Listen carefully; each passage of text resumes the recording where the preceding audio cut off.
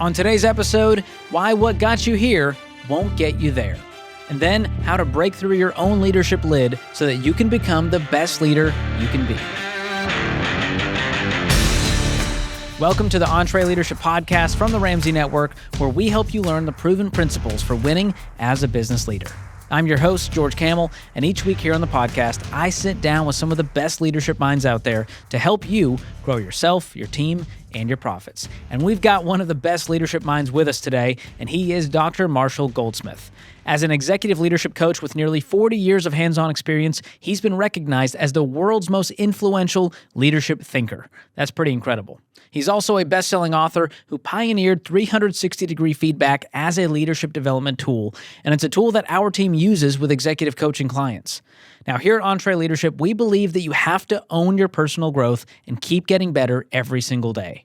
So I'm excited to have Dr. Marshall Goldsmith with us today to share some habits that hold leaders back and share how to combat those so that we can lead our teams well and achieve success. So let's get right to it. Here's our conversation. Marshall, it's so great to have you back on the podcast. How you been? Doing great. Thank you so much for inviting me. So I got to ask, 40 years of experience in executive leadership coaching. Are you tired? I'm having a great time. I travel all around the world still. I have a new home in Dubai. Really? I got to live in a small building called the Burj Khalifa, which is an amazing place. And so I'm working all around the world still. Wow. It keeps you young, that's for sure. Yeah, and my new book just came out, New York Times bestseller. So Congratulations. Life is good. Man, you just keep cranking them out. And that comes from a lot of wisdom in the trenches, helping leaders solve problems. So thank you for your work over the years. We're big fans of yours here at Ramsey. You know that. You've been a friend to this organization for a long time. And I specifically want you to talk to leaders about how to get to where they're not yet. So what got you here won't get you there. That was one of your best-selling books. And a lot of leaders out there, they're trying to figure out as they strive for success and they're trying to break through the leadership lid. Mm-hmm. We got here because we're scrappy entrepreneurs, right, and we kind of broke a bunch of rules, and now the old ways aren't working. Right. Is that a common theme you find when you're working with leaders? Very common theme. And you mentioned you're working with some great people. I have the highest respect for entrepreneurs. I've had a guaranteed base salary myself for zero for the last 45 years, so I kind of have a feeling for what that's like. I've got a lot of respect for the people that you work with. I know you do a great job. First thing is, for entrepreneurs specifically, some great lessons of life. We're here on earth to make a positive difference, not to be right. And it's hard for an entrepreneur who knows the business to let go. And some of the key points in my book that really apply to entrepreneurs, one of them is winning too much. One of the biggest problems of successful people is winning too much. Now, what does that mean? If it's important, we want to win. And meaningful, we want to win. And trivial, we want to win. And not worth it, we want to win. Anyway, winners love to win, and the people you're coaching are winners. They just need to learn to quit winning sometimes. Mm-hmm. And when they manage other people, they need to learn to let them win. They need to learn to let them win. Case study I always use is you want to go to dinner at restaurant X. Your husband, wife, or partner wants to go to dinner at restaurant Y. You have a heated argument. You go to restaurant Y. It was not your choice, and the food tastes awful, and the service is terrible. Option A, critique the food. Point out our partner was wrong. Oh, this mistake could have been avoided if you just listened to me. Option B, shut up. Eat the stupid food. Try to enjoy it and have a nice night. What would I do? What should I do? Well, almost all my clients is what would I do? Critique the food. Wow. What should I do? Shut up. And the second thing for the entrepreneurs is adding too much value. It's very hard when you're an expert on the topics, your business, you know it, not to always add value. So let's imagine you are that person who's a founder, you know what you're doing. I'm a young, smart person. I come to you with an idea. You think it's a great idea. Rather than just saying great idea, though, our tendency is to say, that's a nice idea. Why don't you add this to it? Well, the problem is, Mr. Boss, the idea may go up 5%, but my commitment just went down 50%. It's no longer my idea now, it's your idea. It's very hard for smart, successful people not to constantly add value. And one of my good CEO clients taught me a good technique he used for this. Before you speak, just breathe. Is it worth it? Is it really worth me saying this? And ask yourself, is my comment going to improve their commitment? And if the answer is no, do I need to say it? Now, sometimes you do anyway, but not always. So what's at the root of that? Is that pride? Oh, it's the root for so many of us. You went to school for years. You take test after test after test after test. What you have to do, prove how smart you are over and over, win over and over, be right over and over, sell things over and over. It's hard to stop. It's a habit. It's a learned behavior. And over time, you go, well, I'm the boss. I've got to have all the ideas, that make all the decisions, make my mark. And as part of that, you kind of want the credit.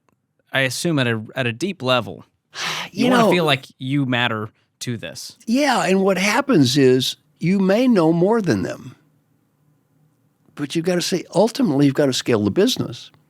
And if you're going to scale the business, you got to make it about them. One of the great leaders that I've ever met, named Alan Mulally, one of the greatest corporate leaders in the world in the last 30 years, he said, for that great individual achiever, it's all about me. For that great leader, it's about them. Well, the people who you work with are great individual achievers. And that's okay, as long as you're a great individual achiever. On the other hand, if you're going to be a leader, it's got to be about them. And maybe it's not 100% what you would want to do, Mr. Boss, entrepreneur, founder, yet they're committed to it. They got their heart behind it. And maybe they're better off doing something they believe in and doing it 100% than something you believe in and doing it 50%. Yeah. And when you empower your team and they're bought in and they're all in, that makes all the difference. And when you sidetrack it and go, hey, that's great, but let's do it my way, they lose all the steam. That's it. You got to give your team that opportunity, even if it means it's not going to go exactly how you wanted it to or thought it would. Well, the other thing, it slows things down. Because after a while, if you keep doing this, it's a hub and spoke. Everybody's got to come to you for every answer. You become the bottleneck. You're the bottleneck, right. And we talk about the leadership lid, of course, John Maxwell, and that's all part of it. The leader is the lid. That's it. And so you've got to empower your team and break through that. So we've all heard of the term self-sabotage. And we're talking about the habits that hold leaders back from getting them to where they want to go. Right. On top of pride and not being able to let go, self-sabotage is something that has come up a lot. What's a real-life example of someone you've worked with who maybe sabotaged their own success? Oh, we all do this all the time. And I'm just going to give you one classic example. Two examples. One is, I behave this way, I am successful, therefore I must be successful because I behave this way. Wrong. Everybody I coach is not just successful, they are obscenely successful because they do many, many things right and some things that are real dumb. They're successful because of and in spite of. I've never met anybody so wonderful they had nothing on the in spite of list. We all got stuff on that in spite of list. And the other self-sabotaging behavior is we stereotype ourselves. We say, that's just the way I am. That's just the way I am. Guess what? As long as we say that's just the way I am, that's just the way you're going to stay. And like, I can't listen. I've never been able to listen. I can't listen. Well, why not? I say, you got something stuck in your ears? Well, as long as you say that's just the way I am, two bad things happen. One, you're unlikely to change. And two, even if you do try to change, you won't seem authentic or real. So what I tell people is never put yourself in a stereotypical box. Unless you have an incurable genetic defect, you can change. Well, a big part of changing, and when you're a pioneer in this space of 360-degree feedback and behavioral change, a big part of that is being willing to listen to others and take that feedback. And that can be really hard for leaders to take any level of criticism, especially from their team members. How do you do that the right way? I get people two things. One, ask for input. Part of my coaching is they have no choice. They have to ask everybody for input all the time. They listen, and we practice something called feed forward. They ask for ideas, they listen, and say thank you. They don't judge, critique, or argue. And this business of asking is easy in theory. It's difficult in practice. You had a wife or partner at home yourself? Yes. My wife works here, actually. Oh, your wife does? Well, this is good. We'll do a little survey. Do you believe customer satisfaction is important, yes or no? Yes. Should we ask our customers how we can be better in serving our customers? Yes. And listen to our good customers? Yes. Have you been asking that fine wife, what can I do to be a better partner here? No. No. Oh, called out on the podcast. You see, it's hard. Well, you just turned into a marriage coach on top of leadership coach. Well, there's probably a lot of crossover, too. Well, it's hard. Why don't we ask that question? Deep down inside, we're afraid of the answer. Because we know hard work's on the other side. Exactly. And looking in the mirror and going, I got to deal with that guy. Well, in your case, your spouse might say, dear, there's absolutely no room for improvement. But we wouldn't want to. I wish. That's very kind. We wouldn't want to bet on that, would we? No. Oh my goodness, that's strong. So you've got to swallow your pride and be willing to take the feedback. And as the team member, I feel it's hard to go to a leader and share honest feedback because it's your Well, leader. this is a good point. I don't encourage leaders to ask for face-to-face feedback. All of my clients get confidential feedback. So it's anonymous. All anonymous. I ask them to ask for face-to-face feed forward. Now, I love feed forward. I'm glad you brought this up. In feed forward, you say, for example, every one of my clients, let's say you got feedback that's confidential, it says you need to be a better listener. Then after that, everything is feed forward. You don't say, give me more feedback. You say, I'm not going to ask you for feedback about the past. I'm going to ask you for ideas for the future. Give me ideas to help me be a better listener in the future. Now, even your direct reports will be very hesitant to give you feedback.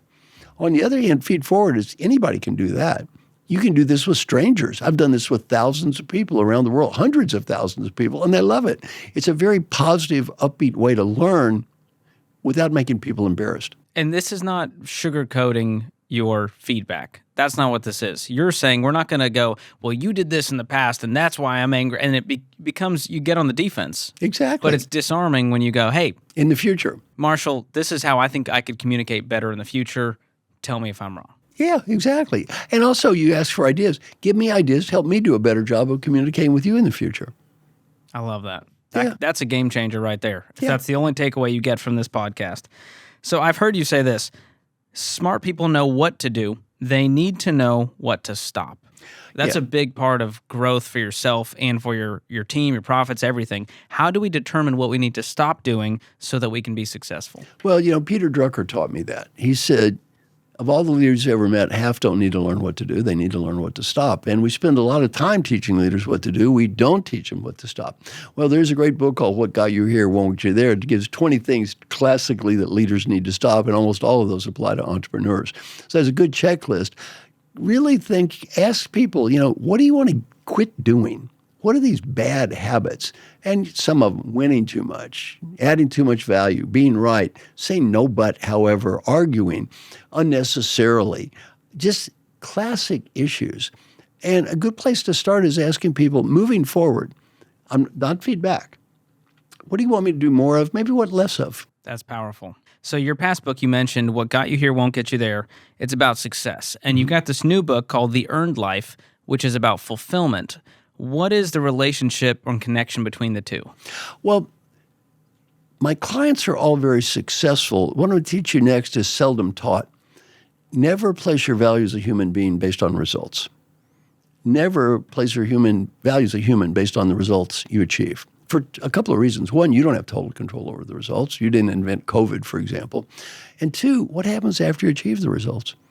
One of my good clients is Albert Berla. Albert was CEO of Pfizer, or is the CEO of Pfizer, and a few months ago, I said, Albert, how's it going? He said, really great. Came up with this vaccine thing for COVID. That was nice. And then we, making a lot of money, and employee engagement is high, and CEO of the year, and company pride.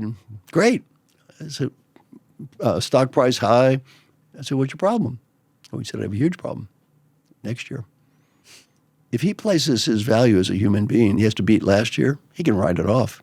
Michael Phelps, great Olympic champion, 25 medals. What do you think about doing after winning number 25? Killing himself. He placed his value as a person based on these results. It's not a good idea. Achievement is important for achievement, and happiness is important for happiness. They're not the same thing. And one of the guys, over COVID, my new book was inspired because I spent 600 hours over COVID with these 60 amazing people, and it's not a secret who they were. Pau Gasol, the basketball player, was there, and Curtis Martin, the football star, and we had President of World Bank and head of the Rockefeller Foundation, CEOs, all kinds of amazing, amazing people. Every week they talked about their lives for 2 years. And it was really interesting. We practiced feed forward. They'd always say, here's my biggest challenge, please help me.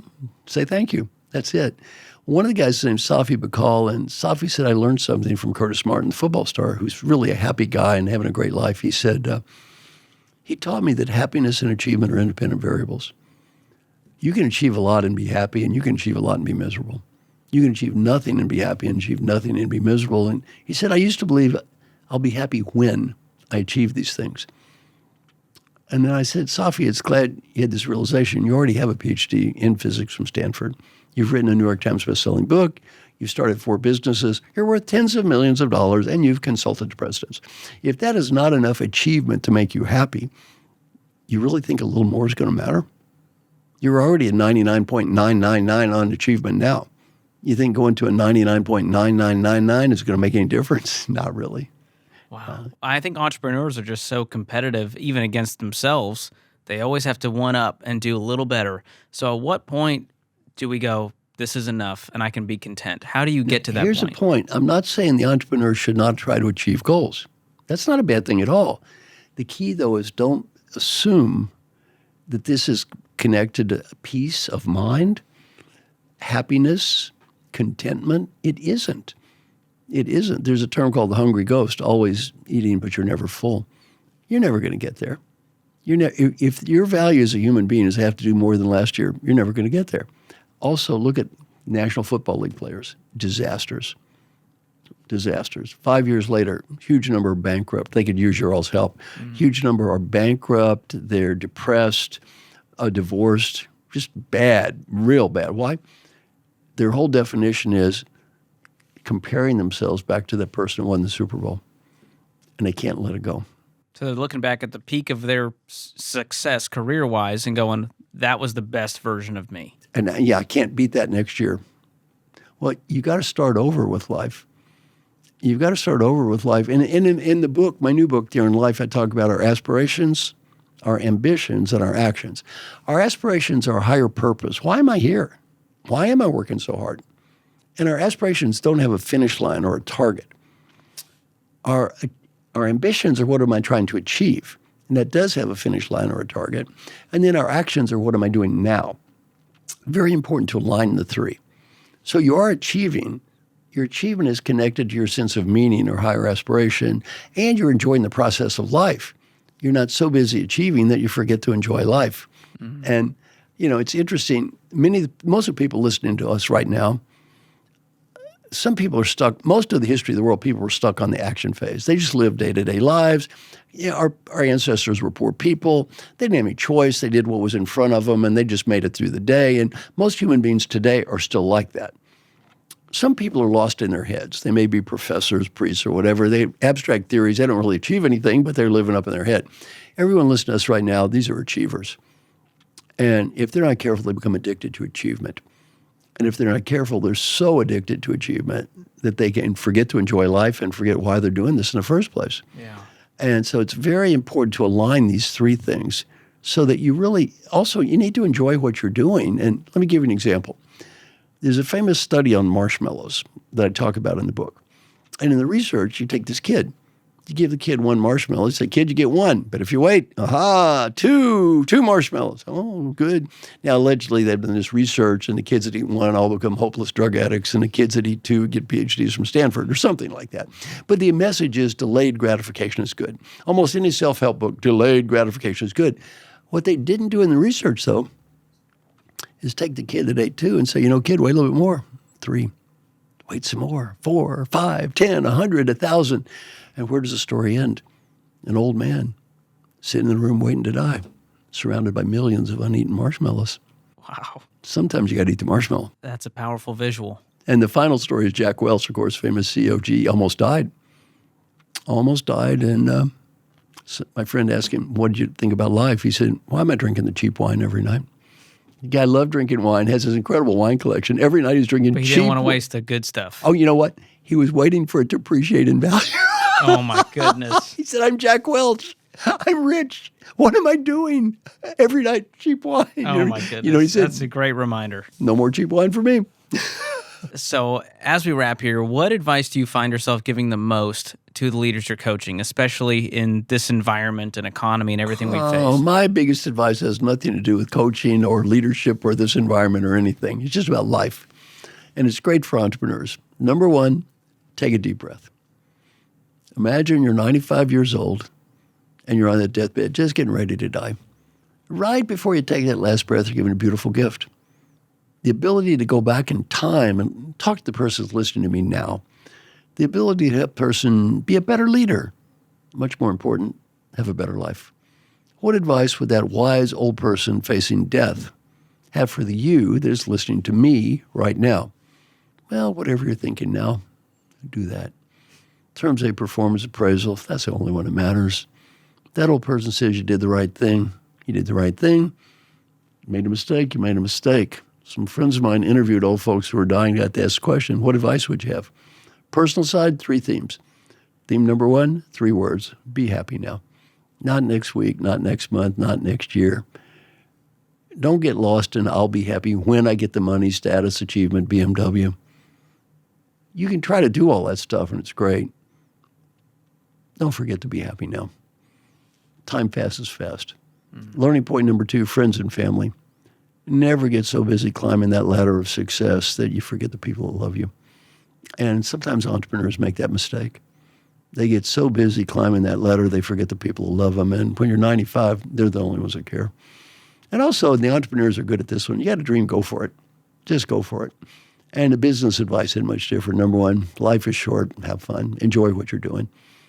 Number 2, do whatever you can do to help people. And the main reason to help people has nothing to do with money or status or getting ahead. The main reason to help people is much deeper. The 95-year-old you will be proud of you because you did and disappointed if you don't. And if you don't think that's true, interview any CEOs retired. Ask them, what are you proud of? None of them ever told me how big their office was. And the final advice is the same, go for it. And the world's changing, your business is changing, do what you think is right. May not win, at least you tried. And finally, we almost never regret the risk we take and fail. We regret the risk we failed to take. And finally, it's been my honor to talk with you. And, my mission on this call is real simple. I have the highest respect for the people listening to us. These people work hard, they're achievers, they're doing their best. And my goal is real simple. Let's say a few people listening to this podcast have a little better life. This is a good podcast. Wow. Beautiful, beautiful words. Thank you so much, Marshall, for your levity, your heart, your wisdom, your 40 years of helping leaders have a better life on top of being successful and all of those things that we talked about. It was an honor to have you today. Thank you so much. Huge thanks to Dr. Marshall Goldsmith for joining us in studio today. What an absolute legend. If you want to get your hands on his new book, The Earned Life, or his other bestseller, What Got You Here Won't Get You There, we've got the links for you in the show notes. Up next, the mindset to avoid so that you can break through your leadership lid and become the best leader you can be. To unpack that, I'm going to sit down with Daniel Ramsey, our EVP of EntreLeadership, and we're going to chat about lessons he's learned on his own personal journey to grow as a leader. Here's our conversation. Daniel, welcome back to the podcast. Man, so good to be here, George. By popular demand, fan favorite. I think my schedule's more available than most others. So that's not true. Well, we're talking about this concept of what got you here won't get you there. And you've seen a lot of things. You've been on the team now for 8 years. Obviously, you grew up seeing this business happen with your dad, Dave, and you've probably found out early on your own leadership lid as you stepped into leadership many years ago. What were the things that you found were holding you back, holding the team back, and holding the business back? Man, that statement of what got us here won't get us there, I feel like I used to weaponize that statement to try to influence people upstream of me. You're trying to break things. That's right. And I felt like the one that was pointing the finger and saying, hey, you're the old dinosaur that needs to change or whatever. Honestly, over the last several years, especially being in leadership, I realized that I'm the problem. I'm the one that needs to reinvent myself. I'm the one that needs to change. I'm the one I'm going back to my old bag of tricks, expecting them to work the same way they worked in previous years or seasons or teams. Now, some things do. Principles, just basic leadership. A lot of the stuff we teach at EntreLeadership is it doesn't matter what industry you're in or whatever, it's going to work. But when it comes to the ideas, when it comes to being fresh with how we go to market with something or a strategy, man, I have learned and I've been really humbled that my ideas aren't as good as I used to think they were. And so I've had to rely way more and more on the team, and I've had to look for opportunities and spend more time asking questions and seeking out ideas and opportunities from around our team and the market and researching online. And so I definitely have been the lid the vast majority of the time. The first step is self-awareness, and you got that down. And, Dave started this place on a card table in his living room, famously with one team member, himself, and obviously scaled it over time.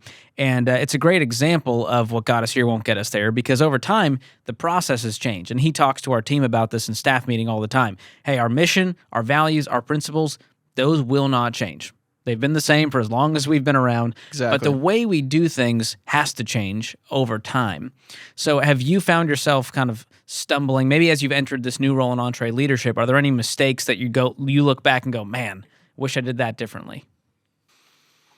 Yeah, there's definitely a lot of mistakes I can look back on, and I have regrets, or I realize I really screwed it up.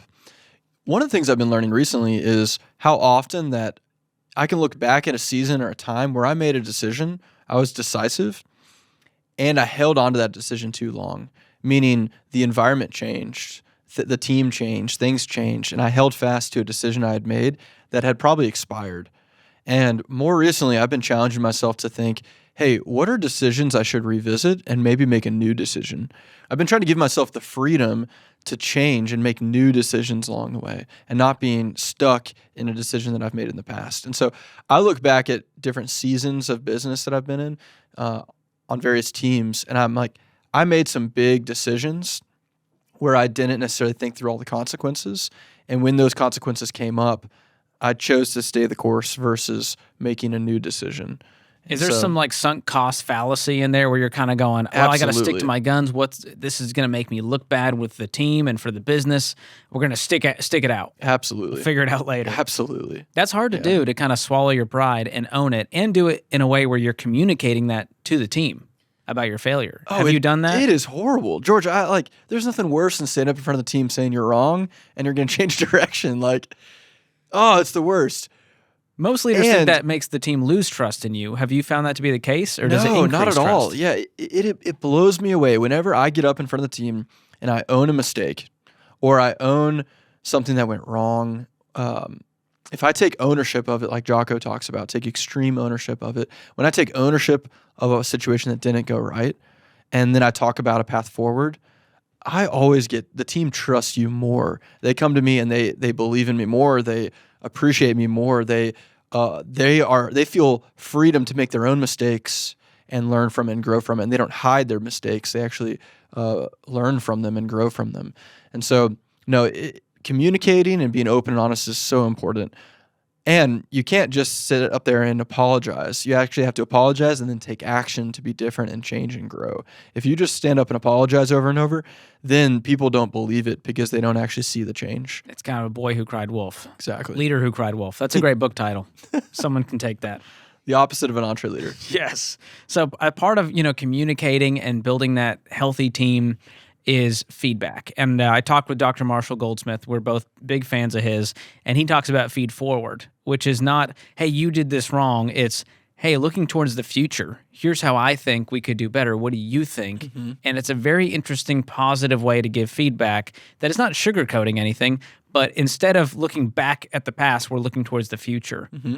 When you talk about what got you here won't get you there, how do you do that with your team at EntreLeadership?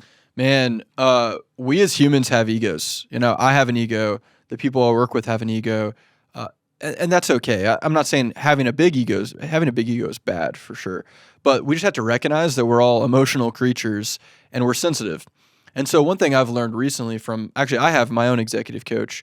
What he's been teaching me recently is when you are correcting someone, when you are challenging them to do something different or give them feedback, it is a very nuanced way that you use your language around something. And so instead of saying, hey, we're going to fix something or we're going to talk about this broken thing. Hey, George, the way you did it is terrible. It's broken. Hey, your project is off the rails. That language immediately throws your defenses up and you're not going to hear the feedback I actually have for you.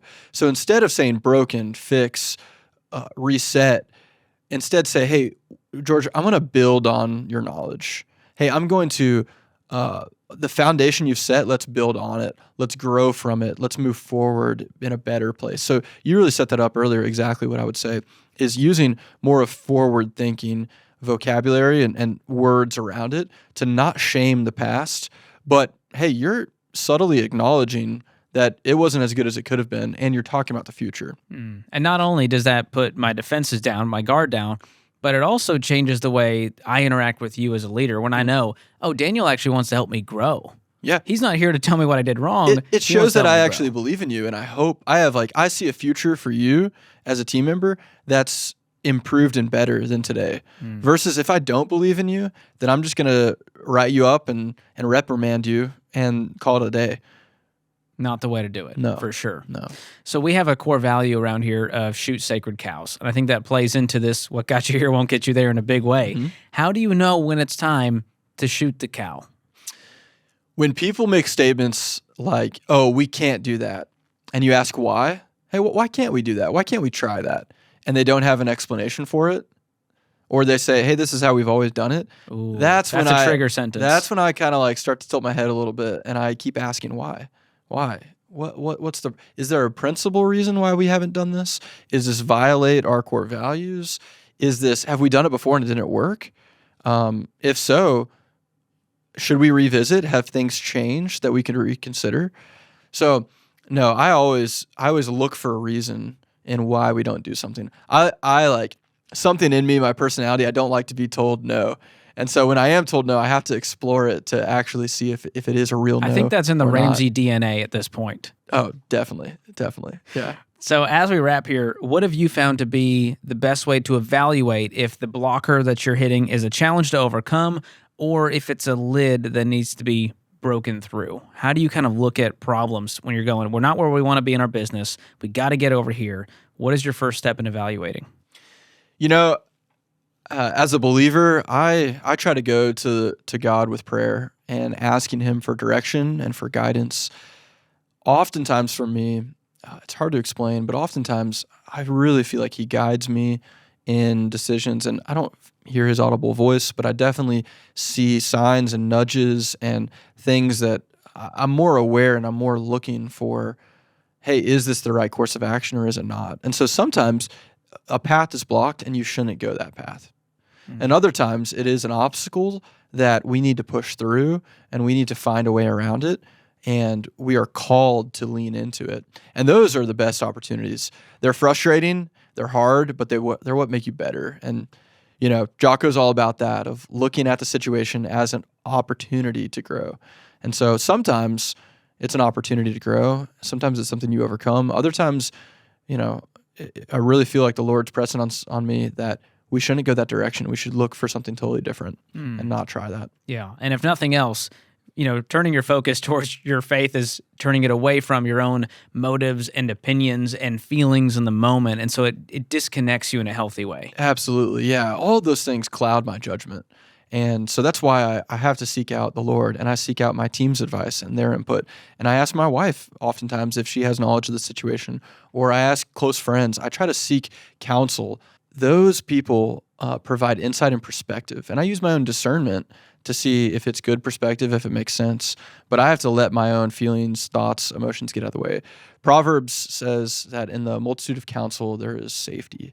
And so I try to seek that. If I rely on my own quote unquote knowledge or wisdom, I'm probably going to screw it up if we're being honest. Yeah. Well, Daniel, I've loved seeing you grow over the years. We've been here about the same amount of time on the team, and the level of maturity and wisdom and discernment has just made you such a healthy leader that I know the entire EntreLeadership team looks up to and respects deeply. So thanks so much for sharing your wisdom today. Man, thank you, George. That means a lot. Appreciate it. Thanks so much, Daniel. Always love having you and your wisdom on the podcast. So we talked a lot about personal growth today. And if you want to become a better leader and grow your business, you really should check out EntreLeadership Elite. It's our system that helps you create a strategic plan, build a healthy culture, and scale your business the Ramsey way. So if you find yourself putting out fires all day long, not knowing how your team is really doing, stressing out about your never-ending to-do list, then this is absolutely for you. And right now, you can sign up for a free 30-day trial of EntreLeadership Elite. Just use the link in the show notes.